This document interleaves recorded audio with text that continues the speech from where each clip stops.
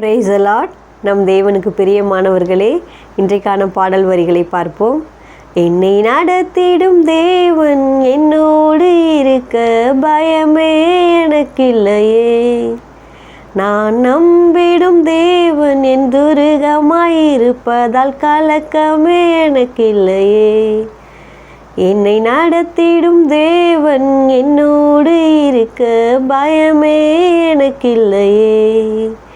நான் நம்பிடும் தேவன் என் துருகமாயிருப்பதால் கலக்கமே எனக்கில்லையே.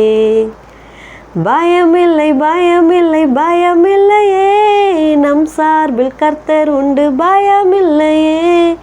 பயமில்லை பயமில்லை பயமில்லையே, நமக்காக கர்த்தர் உண்டு பயமில்லையே.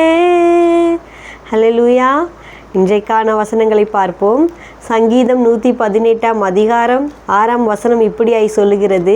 கர்த்தர் என் பட்சத்தில் இருக்கிறபடியால் நான் பயப்படேன், மனுஷன் எனக்கு என்ன செய்வான். ஆமாங்க, இன்றைக்கு அநேகரை பார்த்தீங்கன்னா கடன் பிரச்சனையினாலும், குடும்பத்தில் உள்ள பிரச்சனையினாலும், இந்த சமுதாயத்தில் இருக்கிற பிரச்சனையினாலும் ரொம்ப பயந்து கொண்டு சிந்தனை அளவில் ரொம்ப பாதிக்கப்பட்டிருக்கிறாங்க. இதை எப்படிங்க மேற்கொள்வது?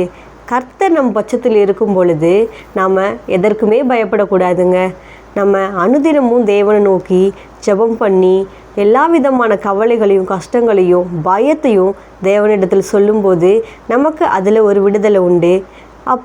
அப்போது தான் நமக்கு என்ன செய்வான் அப்படின்னு நம்ம இந்த காலை வேளையில் பயந்துட்டுருக்குறோம். அந்த பயம்லாம் நம்ம விட்டு போகணும்னா நம்ம முதலாவது தேவனை தேடணுங்க. நாம் தேவனை தேடும்போது அதில் தான் நமக்கு பரிபூர்ண விடுதலை உண்டு.